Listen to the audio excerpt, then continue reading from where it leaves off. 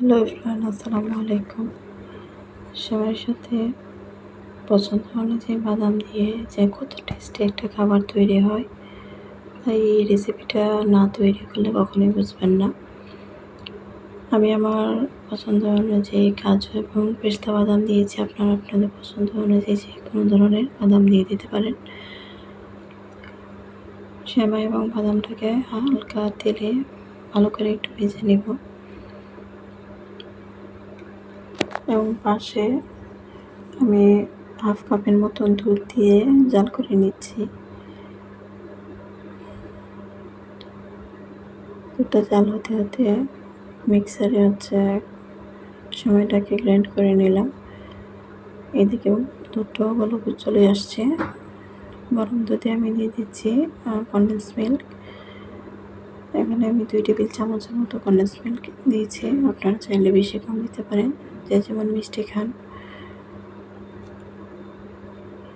দুধটা যখন ভালো করে ফুটে উঠবে তখন সেমাইয়ের মিশ্রণটা দিয়ে দিব।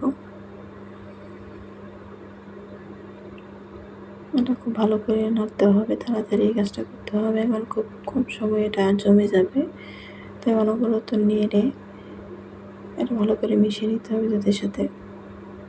যেহেতু আগে থেকে ভেজে রাখা, রান্না হতে খুব বেশি একটা সময় লাগে না। এবং যে মোল্ডে আপনি এটাকে সেট করবেন ওইটাকেও আগে থেকে তৈরি করে রাখবেন, কারণ ঠান্ডা হয়ে গেলে এটা জমতে যাবে না। গরম গরম থাকতে এটাকে সেট করে নিতে হবে।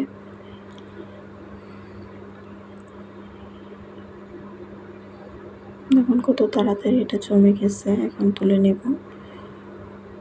আমি আগে থেকে রেডি করে রেখেছি ট্রে।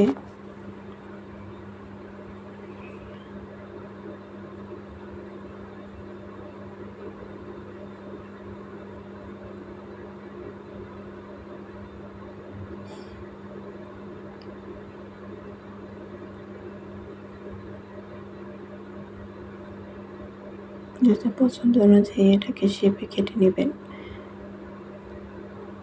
এমনকি গরম থাকা অবস্থায় এটাকে শেপ দিতে হবে। শক্ত হয়ে গেলে আর দেওয়া যাবে না, ভেঙে যাবে। কিছুক্ষণ রেখে দিলে একদম জমাট বেঁধে যাবে। খুবই টেস্টি। ঈদ অথবা যে কোনো অনুষ্ঠানে এই মিষ্টিটা খুবই পছন্দনীয় একটা মিষ্টি হবে।